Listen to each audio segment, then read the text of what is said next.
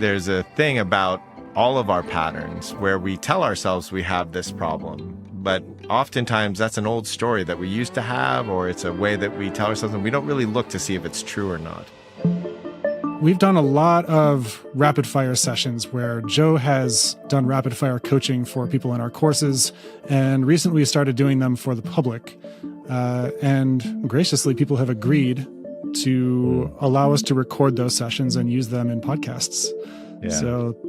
So today we're going to run an experiment with one of those sessions. Cool. So first of all, yeah, I agree. Thanks for everybody who's willing to take the risk to do these rapid fire coachings and allow themselves to be seen in this way so publicly. I think it's awesome. So thank you for all the people who did that. And then what do you want to do with our time today, Brett? Like what's the experiment we're running? Yeah. So the experiment here is I'm going to play the session and we're going to pause the session and talk about it whenever we see something. Because whenever you're doing coaching, and, a lot of times like an epiphany will happen and we'll be in it emotionally with the person, with you in this process. But then a million questions come to mind about like, what was actually seen there? What was the pattern here? How did you see that? And, what else could we harvest from this in a more general sense to apply it to our own life? Cool. I think that's a great idea. The one place that I would say I want to give warning about what we're doing, and that where the place I don't want to go is I don't really want to talk about the technique that I'm using. Yeah. I'm happy to talk about the patterns. I'm happy to talk about what's seen and how, and like what are the patterns, like what's going on underneath and what we're seeing and that kind of thing.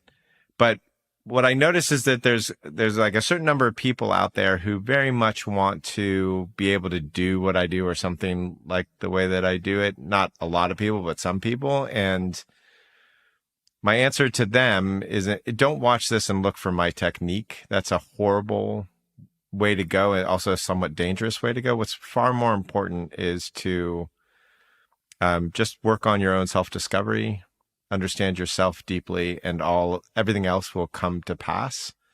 Rather than, I think what typically people do is that they think it's like some skill to learn.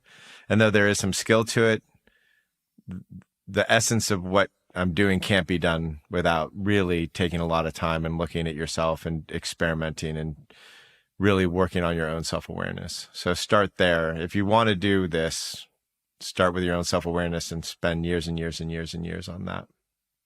Yeah, beautiful. And I'd also add just that, like, what we're doing here is, this is coaching. This isn't diagnosing or treating anything mental illness related. This is just an exploration of what someone's experience is in the moment. And the invitation and why we bring this to the podcast is for others to learn from that and experiment in their own experience, not to, as you just said, learn a new technique that they can use on someone else. This is this is kind of fodder for your own self-inquiry.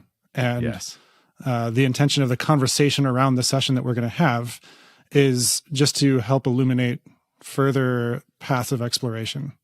That's right. Yeah. See if you can see the patterns that are happening here, how they happen in you. So that's great. Yeah. Fantastic. Let's do it. Awesome. Let's do it. Okay. Wait, hold on. Before we start, what are we looking at? Give me a little summary. I do a lot of these, so I have a hard time remembering. What are we looking at? Yeah. So the session we're about to watch is with a woman who came feeling stuck. She started to feel stuck around the fear of taking risks in her life. Okay. Great. All right. And here we go. Yet I feel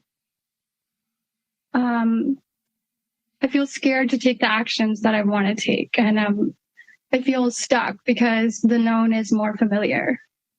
How long, what percentage of your life from 20 years old till today would that sentence be true?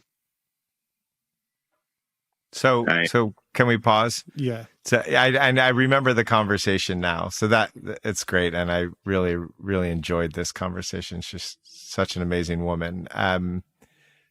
So just to say, one of the main things is that like and that I don't believe any of the stories that I tell. And so I don't, to myself particularly, or I haven't in a long time, or maybe there's some left, don't get me wrong, but most of them I don't believe. And so I also don't believe the story that somebody else tells me in this world, like of, oh, this is the problem. So part of what I'm seeing is this really the problem? If we're looking at it, she's telling me she's stuck. And she's here asking me a question, which tells me she's not stuck. It means that she's not only is she not stuck because she's taking action. She might not be getting the results that she wants, but she's taking action, which means she's not stuck, and she's taking a risk by coming here and doing this all verbally. So just to say right away, there's a thing about all of our patterns where we tell ourselves we have this problem. But oftentimes that's an old story that we used to have, or it's a way that we tell ourselves, and we don't really look to see if it's true or not.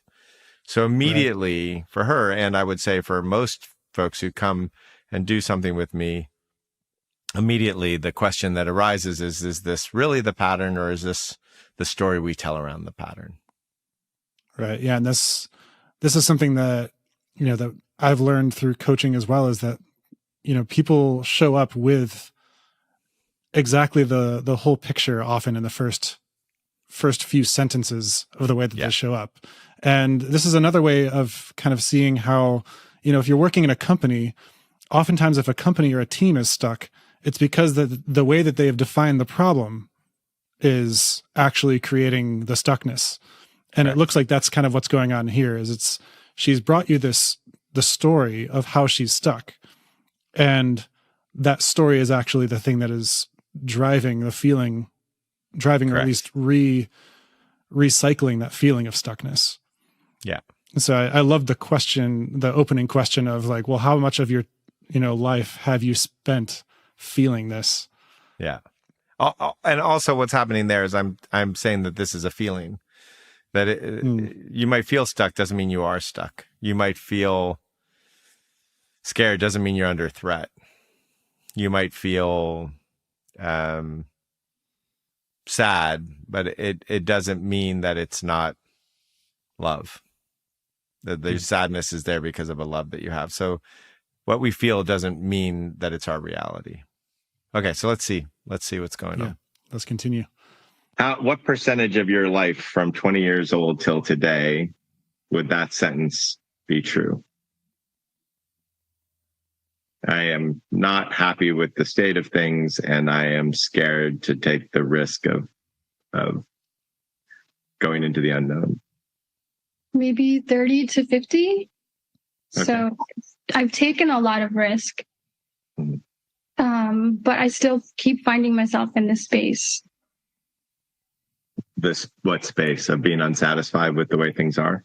Yeah, feeling stuck, but feeling so terrified of making the next move that it's more familiar and safer to be in the stuck and unhappiness. Ooh, right there. I love what she just said. The recognition of that it feels safer to be in the stuckness.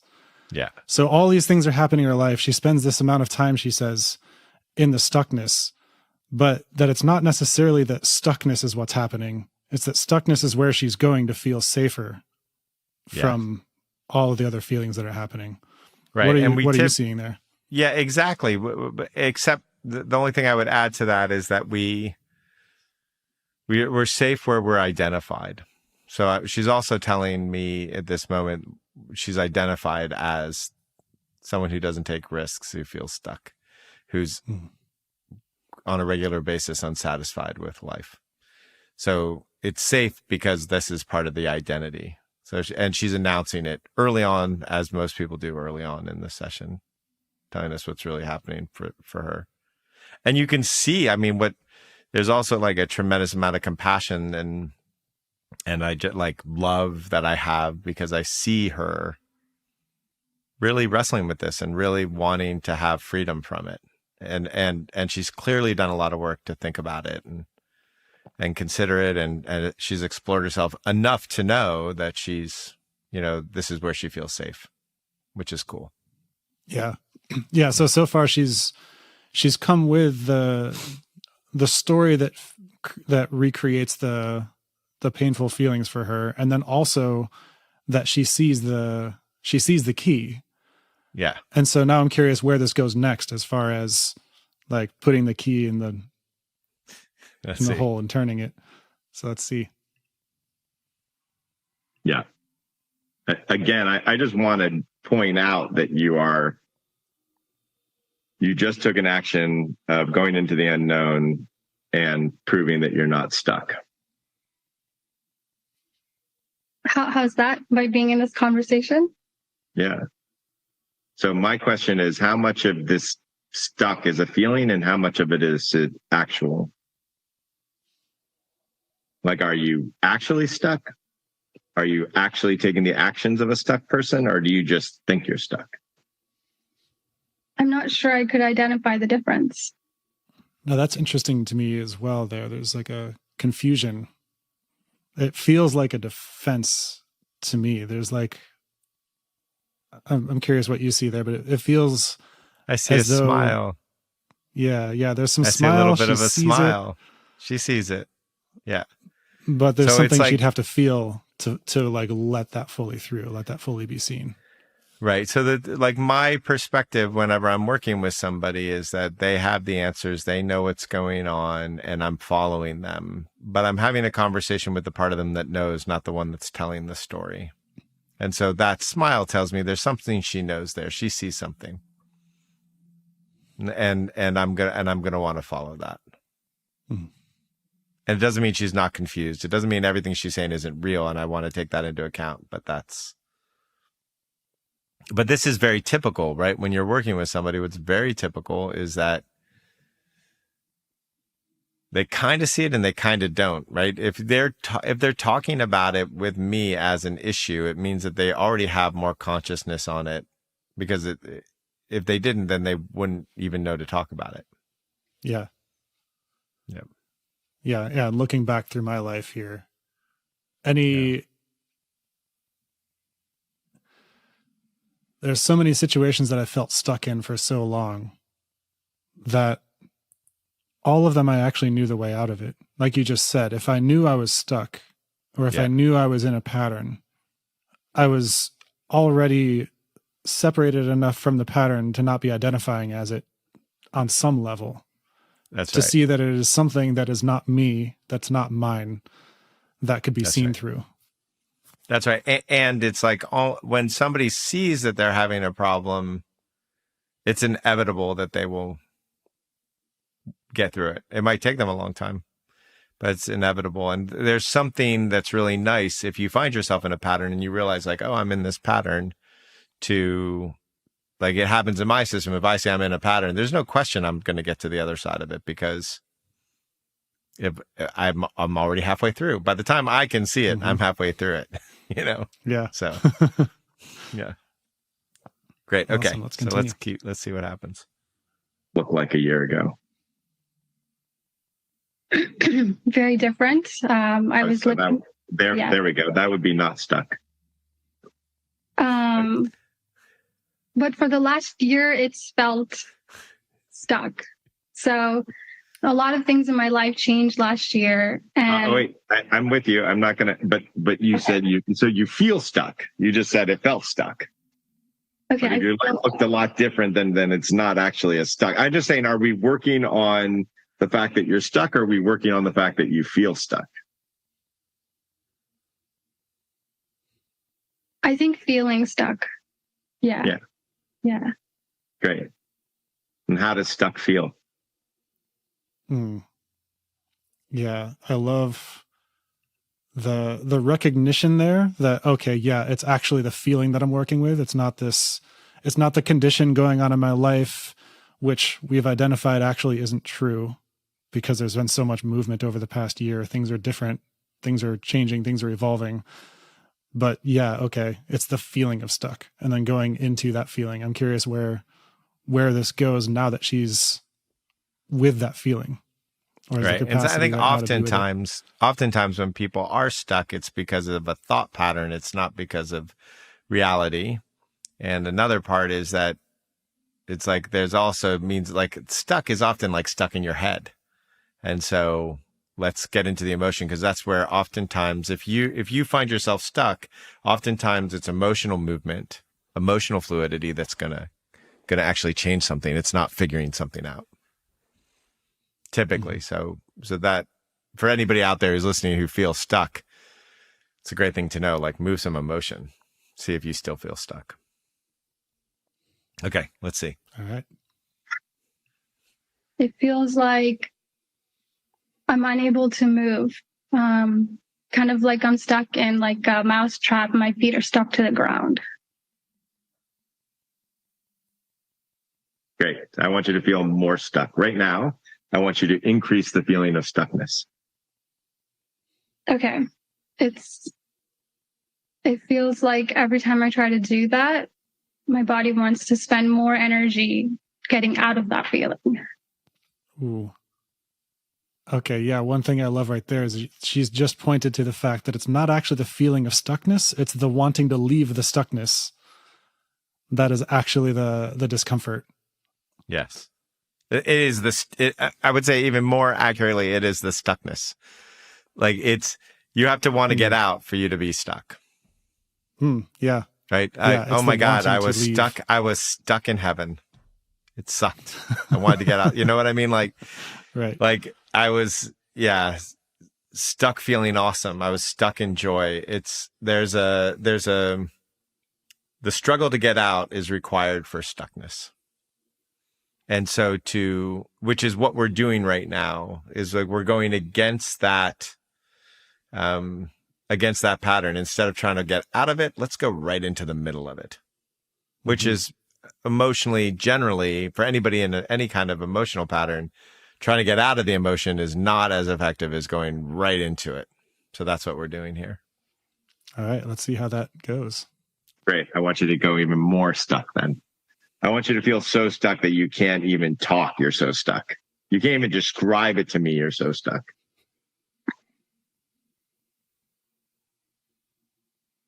And then even more, like just go even more stuck. It feels like I'm going to explode. Yeah, keep going.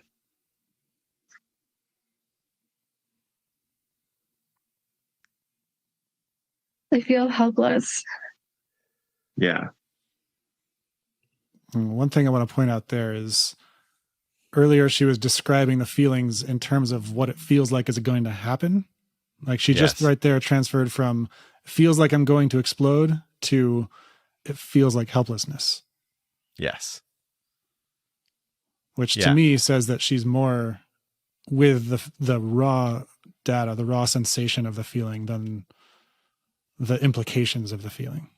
Right. Or a feeling resisted shows up as a different feeling. Like resisted anger feels very different than embraced anger. And so this is what's like in her particular case, what stuckness feels like if you are not trying to get unstuck. Like this is the thing that's really at the bottom of this particular pattern. But there's no bottom exactly, but the next level down. Let's see where it goes.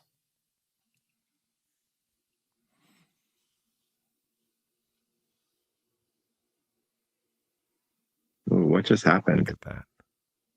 It feels like I'm going to get sucked into this black hole and never be able to come out. Go into the hole.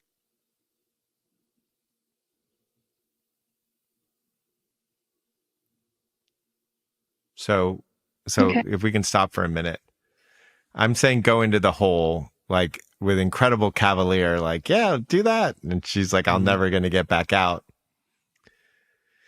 Kind of the way the reason that gives me such joy to be able to say, jump into that crazy, scary thing is that the thing that we're avoiding is usually the most direct path to our freedom. The thing where, it's It's the Luke Skywalker in the cave. It's, it's like going in, and especially when you get into that place, it's like an abyss, like, oh my God, it's endless. That is our freedom. Because what we're essentially scared of most is deep love, deep pleasure, deep freedom. And so typically, and when I say typically, I think every single scenario I've seen when someone really allows themselves to fall in there, something beautiful is on the other side. Yeah. And I have like the audience in my head is asking a million questions right now about like, well, what could go wrong? Whether this is somebody who's going straight into the center of it in the presence of a coach, or if it's somebody who's listening to this and then goes straight into the center of what they're feeling is alone.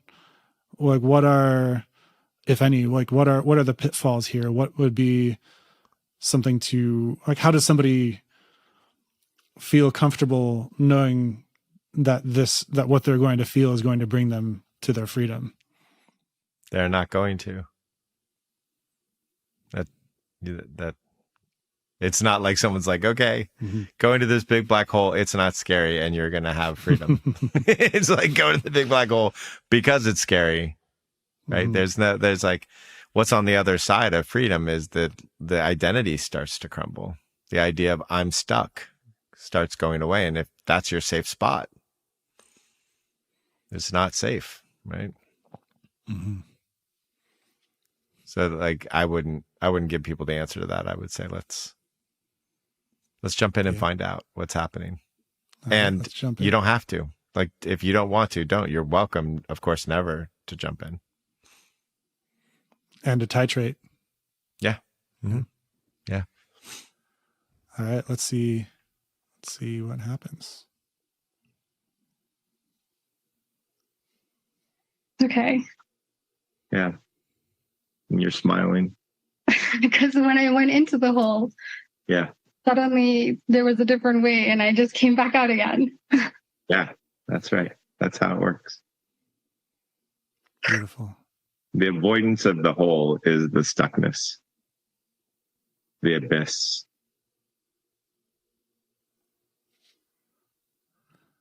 Now I want to pause here for a moment as well, because on one level, it looks like almost nothing happened. Yeah.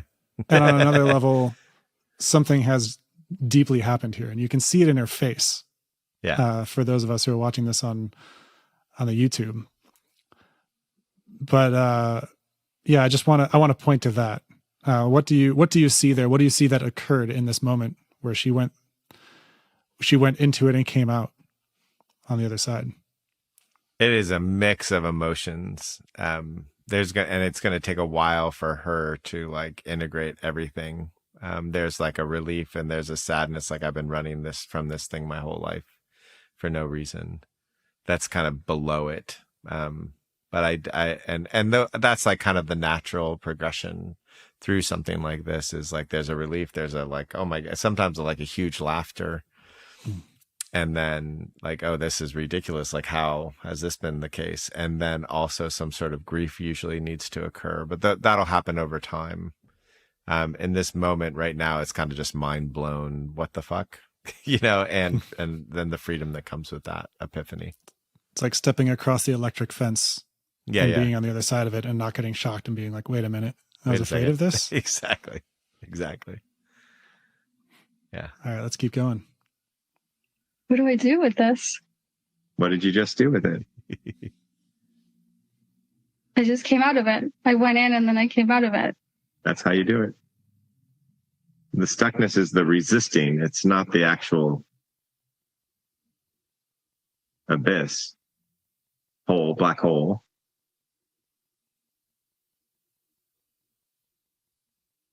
Give me a moment in your life when that black hole wasn't there. Like, maybe it's way out in the background. But like, just notice that's like you said, I'm dissatisfied with life often. Like, that tells me that big black hole abyss is there a lot.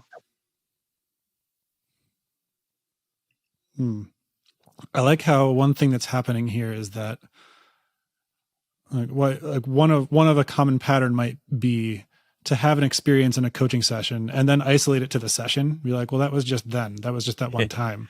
Or And what do I like do that way you about it? Or what do I do about it? Yeah. Right, yeah. Yeah. So there's the what do I do about it? And then there's also what I love that you just did there was kind of preempted that this doesn't apply to the rest of life. Like you're looking through where else in her life has this been present? Yeah. And has that escape hatch been right there? Yeah.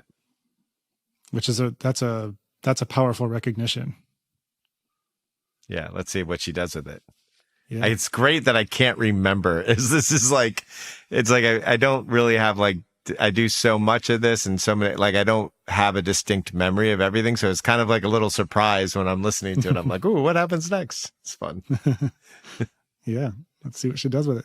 It's been present a lot in the last while. Yeah. Yeah. And it's the thing you're looking for.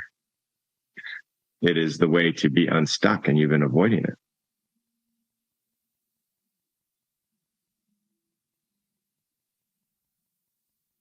I feel like the way I try to solve for it is to try and create the perfect circumstances so I don't feel it again. Right. Which keeps me in the feeling because I don't know what those circumstances are going to be to never have Right. this feeling. Right. Instead of, yay, there's the feeling. That's my unstuck place. Another beautiful recognition that she has seen this pattern. Yeah. Like she had that answer in her system already about how this works. Yeah. Yeah. Yeah. I love what she's doing. Like I love to watch that integration. Mm-hmm. And her bravery is awesome. Yeah. Yeah. And continuing. Yeah. You are avoiding something that is your relief. You are running away from the thing that brings you freedom quickest.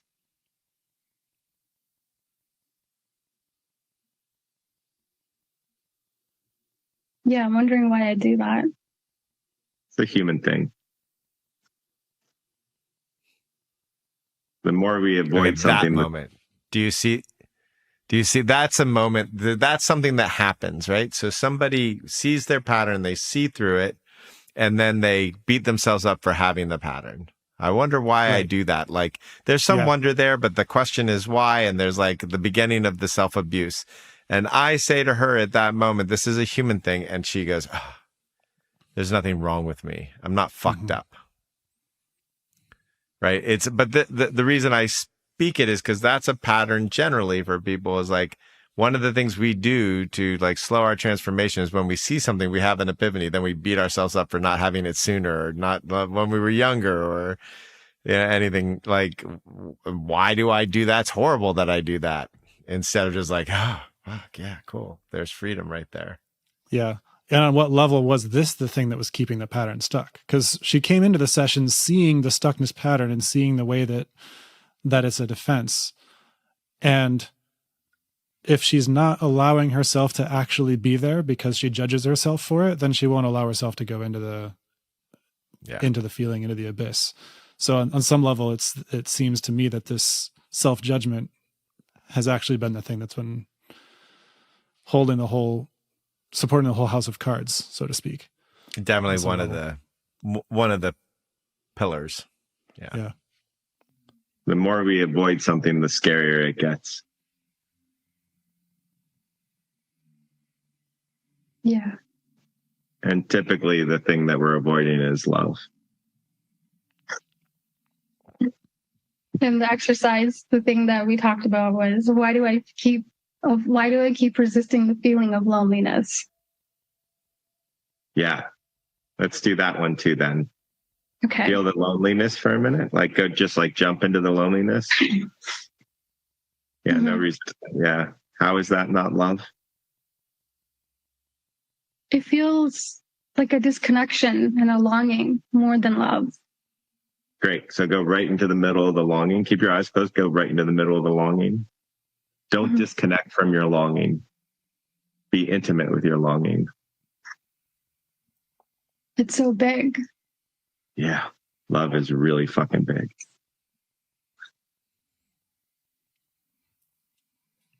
I'm just loving all the smiles and laughs on her face in this last segment. Like just constant like recognition, like, oh, I see what the game has been all along. Yeah. Yeah. Beautiful.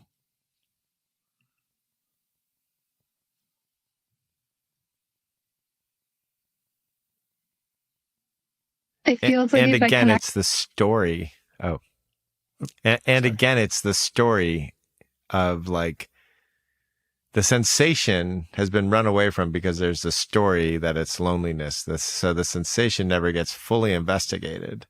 Hmm. And as soon as it's investigated, it's like, it's so big.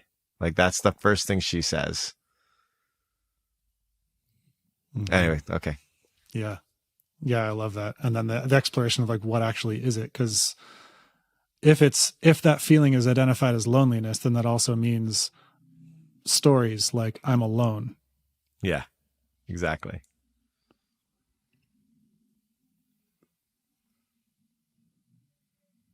it feels like if I connect to it, like it might absorb me whole. It will. That's what love does. It rips away our identity. It feels like if I give in to the longing, I might be just like bare, like a little baby, like totally helpless. Yeah, that's how it works.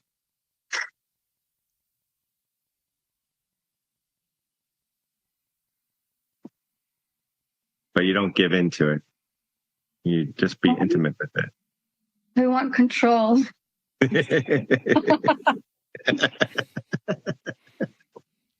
I want control and taper this feeling to my comfort level. Great. You can do that if you want. You can just like spend a little time with the longing. Tomorrow you can spend a little more time with the longing. The next day you can taper if you'd like. Okay. There's no problem with that. This part also looks like another important piece for once somebody's had an experience like this, a recognition like this, to not go into self-attack about it later, to give themselves permission, to give ourselves permission to be like, yeah, sometimes I don't want to be in the abyss. Sometimes I want to avoid or resist the abyss. Sometimes I'm just going to do that. And that's, as you said earlier, a totally human thing. Yeah, and exactly. And it's okay to want to have some control or feel a sense of control over it. It's natural. Yeah. And we don't have any control over it. But yes. It's natural to want that. Yeah.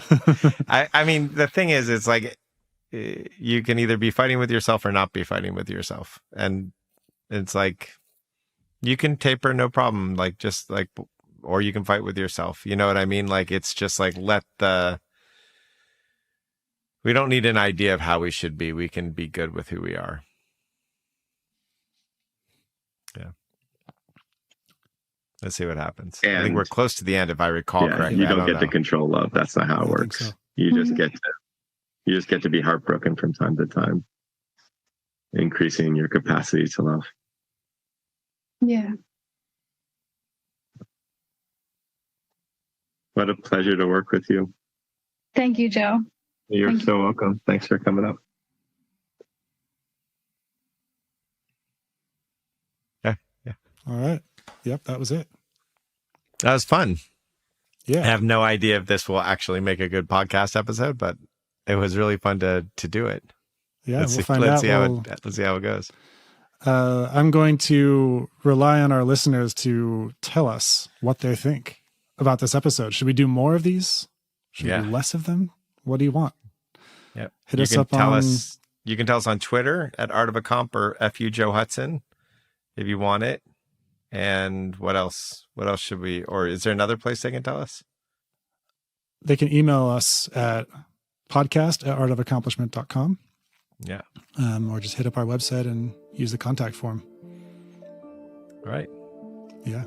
Or if you're on Circle and you've taken one of our courses, you can always DM us there too. That's right. All right. All right. Well, that was Thank fun, you, everybody. Brett. Thank you. Thank you to our guest who will leave unnamed for privacy purposes, but you know who you are. Thank you so much. This was really, really amazing beautiful work. Yeah. I really hope also if you end up watching this, please let us know how this was for you to like have this analysis of your session. And I really want to make sure that this is something that's really helpful for the people that we do this with. So please let us know. And I want to make sure that it's something that's beneficial for everybody. Yeah. All right. All right. Thank you, everybody. All right. Take care. Bye. Till next time.